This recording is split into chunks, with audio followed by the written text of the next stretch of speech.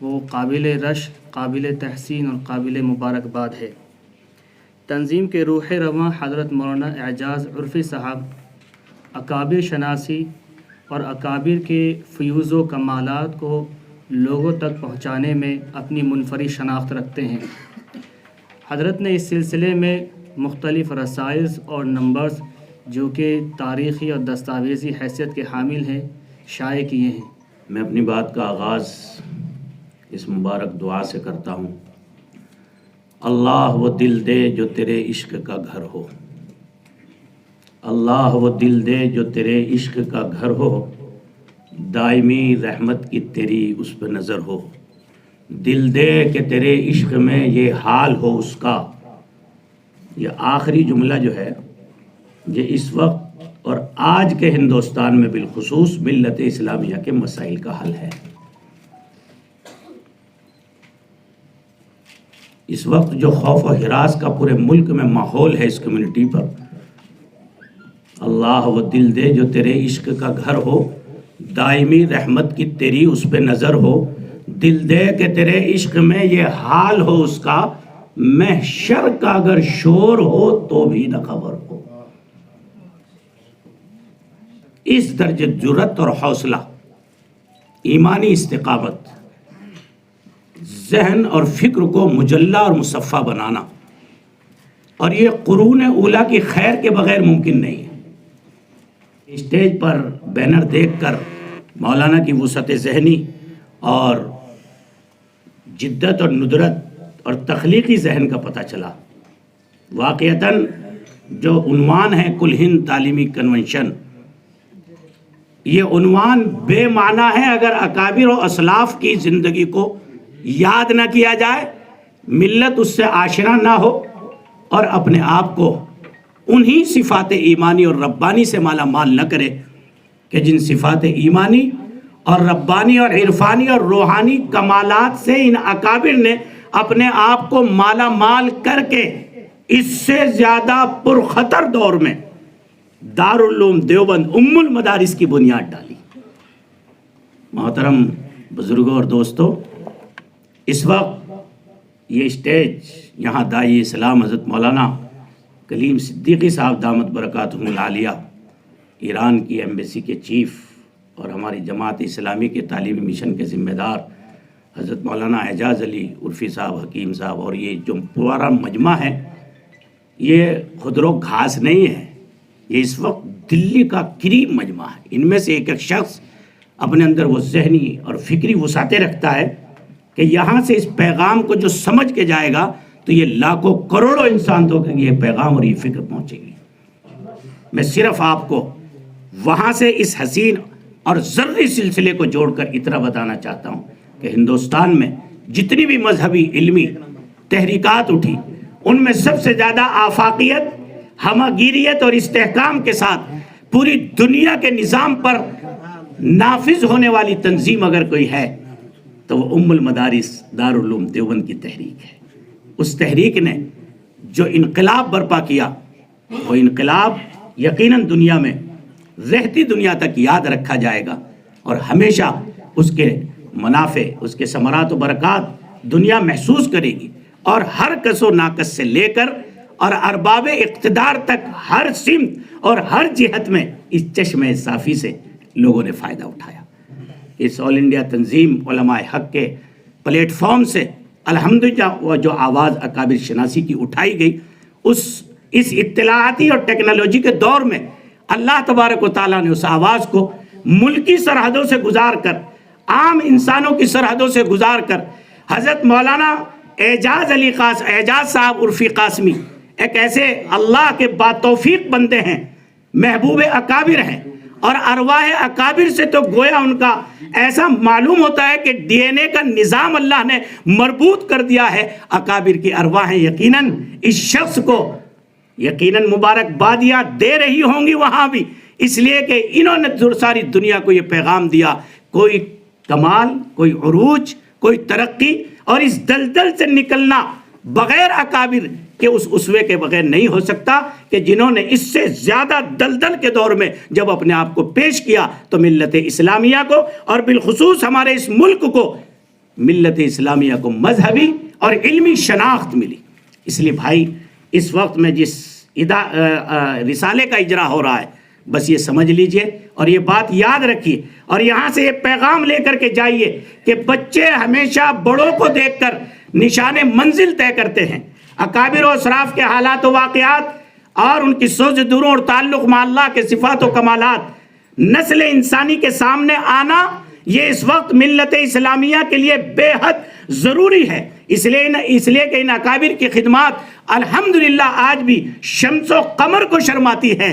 اور اطلاعاتی اور ٹیکنالوجی کے دور میں حضرت مولانا اعجاز صاحب نے عرفی قاسمی صاحب نے اللہ اکبر اس آواز کو, اس فکر کو اور اس مقصدیت کو ملک کی سرحدوں سے نکال کر عالمی پیمانے تک پہنچا دیا ہے اور عام انسانوں دانشوران قوم و ملت سے نکال کر الحمدللہ ارباب اقتدار اور سیاست کے ایوانوں تک یہ آواز پہنچ گئی ہے کہ اکابرین دیوبند وہ جماعت ہے کہ جو مثل صفات صحابہ کے مثیل تھے. اس لیے یہ مبارک رسالے کا اجرا یقیناً اس وقت میں ہمارے لیے ہمارے قبلے اور ہمارے دل کے رخ کو درست کرنے کا ایک بہترین سامان ہے. اس لیے کہ اس میں جیسے کہ ناظم اجلاس نے بھی کہا یہ روشن قندیلیں ہوتی ہیں, اسی کے ساتھ ساتھ جب ہم اکابر کو پڑھتے ہیں تو ہم جیسے جمود و تعطل میں پڑے ہوئے لوگ بھی کچھ کر گزرنے کا حوصلہ پاتے ہیں اور ہمیں پتہ چلتا ہے کہ کن صفات و کمالات سے یہ اکابر بنے تھے تو پھر ہماری زندگیوں کے رخ پلٹتے ہیں.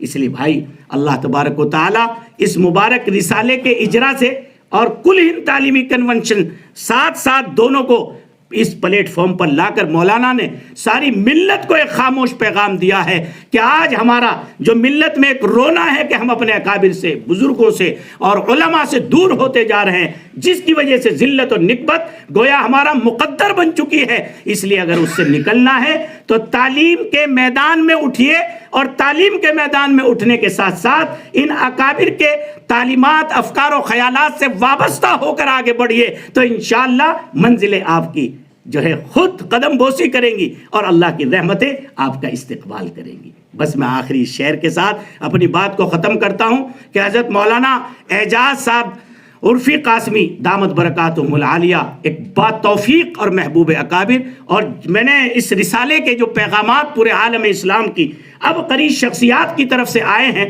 ان پیغامات کو پڑھ کر میں اس بات کے نتیجے پہ پہنچا کہ الحمدللہ یہ تنظیم اپنے دائرے کار کے اعتبار سے ہندوستان کی سرحدوں کو پار کر کے عالم اسلام اور دنیا کی ہر جہت اور سمت تک اس کے افکار کی روشنی پہنچ چکی ہے اور سارے اکابر اور عبقری شخصیات گویا اس کام کو سراہنا اپنا زندگی کا اخلاقی اور دینی فریضہ سمجھتے ہیں. اس لیے خدا کرے اکابر کے یہ نیک تاثرات اس تنظیم کے اور اس تنظیم کے سربراہ کے مزید آگے بڑھنے کا ذریعہ فرمائے. اور میں نے جو چھوٹی سی آیت پڑھی ہے کہ جب انسانیت مایوس ہوتی ہے جیسے عہد عیسیٰ اور اللہ کے نبی کے درمیان میں مایوسی کا دور گزرا تو خدا کے محبوب پیغمبر کو سب سے بڑی رحمت بنا کر اللہ کی ذات عالی نے اس دنیا میں بھیجا. اس لیے اللہ کی فطرت اور قانون ہے کہ جب یہ سسکتی کراہتی بلکتی انسانیت اپنے آپ کو ٹوٹا ہوا, ٹھگا ہوا, بکھرا ہوا, منتشر محسوس کرتی ہے تو اللہ کوئی پلیٹ فارم مولانا اعجاز صاحب کی شکل میں, آل انڈیا تنظیم علماء حق کی شکل میں اور عالم ربانی اور ہم سب بزرگوں کے بہت معتبر اور مستند علمی شخصیت حضرت مولانا کلیم صدیقی صاحب جیسے اشخاص کی شکل میں اس ملت کو ایک سہارا عطا کر دیتی ہے. اس لیے میں مولانا کو اس حوصلے کے ساتھ مبارکباد دیتا ہوں. قدم رک نہ جائیں جو حائل ہوں پردے, قدم رک نہ جائیں جو حائل ہوں پردے, اٹھاتا ہٹاتا چلاتا چلا جا, سرے تور چمکی تھی جو چند ساتھ, دلوں پر وہ بجلی گراتا چلا جا.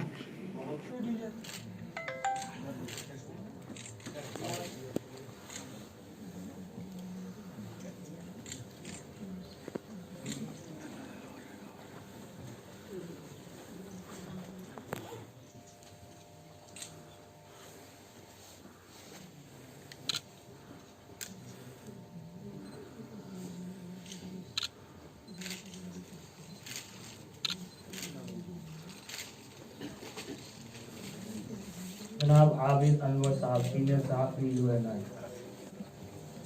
صوبہ صدر تنظیم علماء حق اتر پردیش.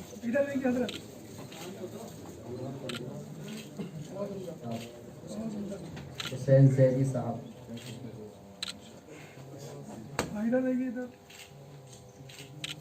سب سے پہلے میں شکر گزار ہوں تنظیم علماء حق کا کہ انہوں نے آج ایک یہ تعلیمی کنونشن منعقد کیا ہے. علامہ اقبال کا ایک شعر کے ساتھ میں گفتگو کا آغاز کرتا ہوں کہ ہم تو سمجھے تھے کہ لائے گی فراغت تعلیم، ہم تو سمجھے تھے کہ لائے گی فراغت تعلیم، کیا خبر تھی کہ چلا آئے گا الحاد بھی ساتھ. یہ جو مسئلہ ہے جسے 100 سال پہلے علامہ اقبال نے بیان فرمایا کہ تعلیم کے ساتھ الحاد وابستہ ہو رہا ہے، یہ آج 100 سال کے بعد بھی مکمل نہیں، یہ ختم نہیں ہوا. یہ مسئلہ ہے جس پر ہم سب لوگوں کو مل کے غور کرنا چاہیے. ایک وقت تھا جب ہم یہ کہا کرتے تھے کہ مسلمانوں کا رجحان تعلیم کی طرف نہیں ہے آزادی کے بعد، لیکن آج 2021 میں ہم یہ نہیں کہہ سکتے. مسلمانوں کا رجحان تعلیم کی طرف ہے. مسلمان اپنے بچوں کو اسکولوں میں، کالجوں میں، مدارس میں بھیجنا چاہتے ہیں، اور مسلمانوں نے تعلیمی میدان میں یقینی طور پر پیش رفت کی ہے. ایسا نہیں ہے کہ ہمارے پاس اب تعلیمی ادارے نہیں ہوں. آزادی کے وقت جتنے تعلیمی ادارے تھے اس کے مقابلے میں 10 گنا زیادہ مدارس ہمارے پاس آج الحمدللہ موجود ہیں. ہمارے پاس یونیورسٹیاں ہیں جو ہم نے آزادی کے بعد قائم کی ہیں. ہمارے پاس اسکول گلی گلی میں کھلے ہوئے ہیں جو ہم کو تعلیم دے رہے ہیں. اور جو ایجوکیشنل تعلیمی کانفرنس کا انعقاد ہوا تھا اس نے ملک کے ہر ایک ضلع میں ایک اسلامیہ انٹر کالج قائم کیا تھا. آپ پورے اتر پردیش میں اور اتر پردیش سے ساؤتھ تک چلے جائیں تو آپ کو وہ school, inter colleges and school آج بھی ملیں گے. فرق یہ ہے کہ اس وقت وہ بہترین تعلیمی ادارے تھے، آج وہ کھڈر ہے. تو یہ جو تعلیم کی طرف ہوتا ہوا رجحان ہے، یہ اس کے باوجود کہ ہمارے رجحانات بڑھ رہے ہیں، ہمارے پاس وسائل کی کوئی کمی نہیں ہے. آپ ان اسکولوں کی بلڈنگز کو اٹھا کے دیکھیے، شاندار کئی بیگھے میں اسکولوں کی بلڈنگیں موجود ہیں. مدارس کے پاس ہمارے پاس وسائل کی کوئی کمی آج بھی الحمدللہ نہیں ہے، لیکن اس کے باوجود وہ تعلیم جس کا ہم کو مکلف ہونا چاہیے، ہم اس تعلیم کی طرف نہیں بڑھ پا رہے ہیں. علامہ اقبال کا شکوہ آج بھی بجائے کہ تعلیمی الحاد کی طرف لے کے جا رہی ہے، تو اس کی وجہ کیا ہے؟ اس پر غور کرنے کی اہل علم کو ضرورت ہے. مجھے یاد ہے دیوبند میں سید حامد صاحب ایک مرتبہ تعلیمی کاررواں، اللہ انہیں غریق رحمت فرمائے، دیوبند سے انہوں نے علی گڑھ سے تعلیمی کاررواں شروع کیا تھا مسلم یونیورسٹی سے، اور دیوبند تک لے کے گئے تھے. اس وقت میں دیوبند میں تھا اور میں نے دیوبند میں ان سے یہ سوال کیا تھا کہ اب جب کہ مسلمان پڑھ رہے ہیں، ہمارا مسئلہ یہ ہے کہ ہم مسلمانوں کو کیا پڑھائیں؟ اللہ تعالیٰ نے ہر شعبے میں زندگی کے ہماری رہنمائی فرمائی ہے. ہم کہتے ہیں کہ ہم ایک کامل دین ہیں، ہم ایک دین فطرت ہیں، اور ہماری پہلی وحی، قرآن حکیم کی پہلی وحی جو ہمیں سبق دیتی ہے، اقرا بسم ربک الذی خلق خلق الانسان من علق. اس سے زیادہ واضح آپ کیا چاہتے ہیں اپنی تعلیمی پالیسی کے بارے میں؟ کھلی رہنمائی اللہ تعالیٰ نے آپ کو فرمائی کہ اپنے رب کے نام سے پڑھنا شروع کرو کہ جس نے پیدا کیا، اور پھر وہاں تک پڑھو کہ جہاں تمہیں القا کی تعلیم مکمل ہو جائے. ہم اسے اگر سمجھنا نہیں چاہتے تو یہ ہماری کوتاہی ہے، لیکن اللہ تعالیٰ نے تو بہت واضح کیا کہ اپنے رب کے نام سے بنیادی دینی تعلیم سے شروع کرتے ہوئے آپ کو سپر اسپیشلائزیشن تک جانا ہے. القا کی تعلیم کا مطلب ہے القا ایمبریو. آپ ایمبریو کو اس وقت تک نہیں سمجھ سکتے جب تک آپ نے بایولوجی کو، کیمسٹری کو، فزکس کو اور میتھمیٹکس کو نہ پڑھا. اور اب آپ اگر اپنی تاریخ پر نظر ڈالیے، مجھے افسوس ہے کہ ہم اپنی علمی تاریخ اور اپنے ورثوں کو بھول گئے. آپ شیخ الرئیس ابن سینا، یعقوب الکندی، ابن حسن، اور جتنے یہ جابر بن حیان، ابن بیتار، یہ سب کون لوگ ہیں؟ ہم نے ان کی زبانیں اگر نہیں پڑھی ہے تو ہمارا قصور ہے۔ آج کے تمام علوم کی بنیاد، چاہے وہ فلکیات ہو، چاہے وہ میڈیسن ہو، چاہے وہ انجینئرنگ ہو، چاہے وہ کاسمولوجی ہو، چاہے وہ کوئی علم، اس کی بنیاد ہمارے اسلاف نے، ہمارے علماء نے رکھی۔ میں نے پہلی سے 10ویں تک تعلیم حاصل کی مظہر الاسلام سیکنڈری اسکول میں، اب اس کی چیئرمین شپ ہے۔ میں نے جس اسکول سے تعلیم حاصل کی، نماز میں نے اسی اسکول میں سیکھی، قرآن شریف پڑھنا مجھے اسی اسکول نے سکھایا، تعلیم الاسلام کے چاروں حصے اسی اسکول میں مجھے پڑھائے گئے، اور 10ویں کلاس بھی میں نے اسی اسکول سے سائنس، اور سب سے سائنس بھی میں نے وہیں پر پڑھا۔ ہم کیوں یہ سلیبس تیار نہیں کر سکتے؟ مولانا سے میں درخواست کروں گا کہ اگر آپ تعلیمی کنونشن بلا رہے ہیں تو ایک کنونشن بلائیے کہ جہاں پر ہم مسلمانوں کے نصاب تعلیم کو طے کرنے پر بحث کر سکے بیٹھ کے، اور ایک نصاب تعلیم تیار کر سکے۔ اور اس ملک میں یہ غنیمت ہے کہ ابھی بھی آرٹیکل 29 اور آرٹیکل 30 کے تحت ہم اپنے نصابہ تعلیم قائم کر سکتے ہیں، ہم اپنے بورڈ آف ایجوکیشن قائم کر سکتے ہیں، اس کی اجازت ہم کو ہے، لیکن ہم نے ان مراعات کا کوئی فائدہ ابھی تک اٹھایا نہیں ہے۔ میں اسی لیے یہ عرض کرنا چاہتا ہوں کہ جہاں ایک طرف ہمیں اپنی علمی خانوادوں کی تاریخ کو سمجھنا ہوگا، وہیں دوسری جانب جدید نظام تعلیم کی جانب ہم کو توجہ کرنی پڑے گی۔ اور اس سلسلے میں میں مثالیں دینا چاہتا ہوں۔ ریسورس کی میں نے عرض کیا، ہمارے پاس کوئی کمی نہیں ہے۔ آپ آج اگر ایران میں چلے جائیں، سفیر موصوف تشریف رکھتے ہیں، میں نے ایران کے بہت سفر کیے ہیں۔ آج انڈیجنس ریسورسز میں آپ جانتے ہیں ایران کے اوپر کتنے سینکشنز ہیں، ہر طرح کے سینکشنز ایران کے اوپر موجود ہیں، لیکن اگر آپ ایران کی سڑکوں پہ جائیں اور پھر ایران کے تعلیمی اداروں میں جائیں، ایران کی یونیورسٹیز میں جائیں، تو آپ کو معلوم ہوگا وہ ایک مذہبی ریاست ہے۔ ایران ایک ریلیجس اسٹیٹ ہے آج بھی، اور وہ ریلیجس پیرامیٹرز کے ساتھ اس کی سرکار چلتی ہے، اس کی گورنمنٹ ایک مذہبی حکومت ہے، لیکن اس کے باوجود ساری دنیا کو ایران سے جو شکوہ ہے وہ یہ ہے کہ اس نے ایٹامک بم خود سے بنا لیا ہے۔ ایٹامک انریچمنٹ کے ان کے پاس تمام کے ان کے جتنا انفراسٹرکچر ہے، اس کے لیے ان کو امریکہ کی طرف دیکھنے کی ضرورت پیش نہیں آتی، اسرائیل کی ٹیکنالوجی لینے کی ضرورت پیش نہیں آتی، روس کی ٹیکنالوجی لینے کی ضرورت پیش نہیں آتی۔ ان کے اپنے تعلیمی سارے ادارے اور ریسورسز ہیں جس میں انہوں نے پورے ملک کو ڈیولپ کر کے اپنے 30 سال کے سینکشنز کے باوجود وہ اپنے آپ کو کھڑا رکھے، اس لیے کہ ان کا اپنا نظام تعلیم بہت مضبوط ہے۔ میں وہاں ایک نیورولوجسٹ سے بات کر رہا تھا، وہ پوری بات فارسی میں کر رہے تھے، ایک ٹرانسلیٹر ساتھ بیٹھا ہوا تھا۔ میں نے ان سے پوچھا، بہت بڑے، وہ ایران کے سب سے بڑے نیورولوجسٹ تھے، ماہر اعصاب۔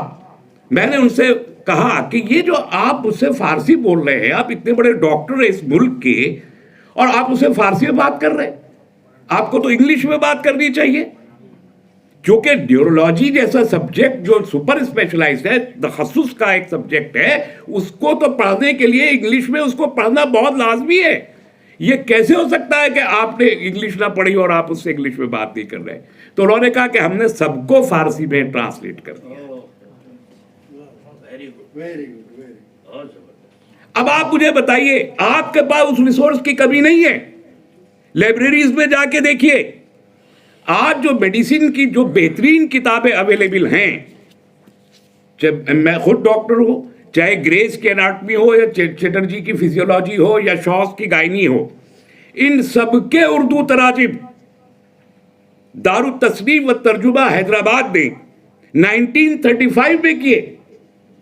1935 میں میڈیسن کا پورا علم، پورا سلیبس اردو میں ٹرانسلیٹ کر دیا، اویلیبل ہے لائبریریز میں، ریپرنٹ نہیں کر رہے ہم۔ انجینئرنگ کا پورا کورس اردو میں ٹرانسلیٹ اور بہترین ٹرمینالوجی کے ساتھ۔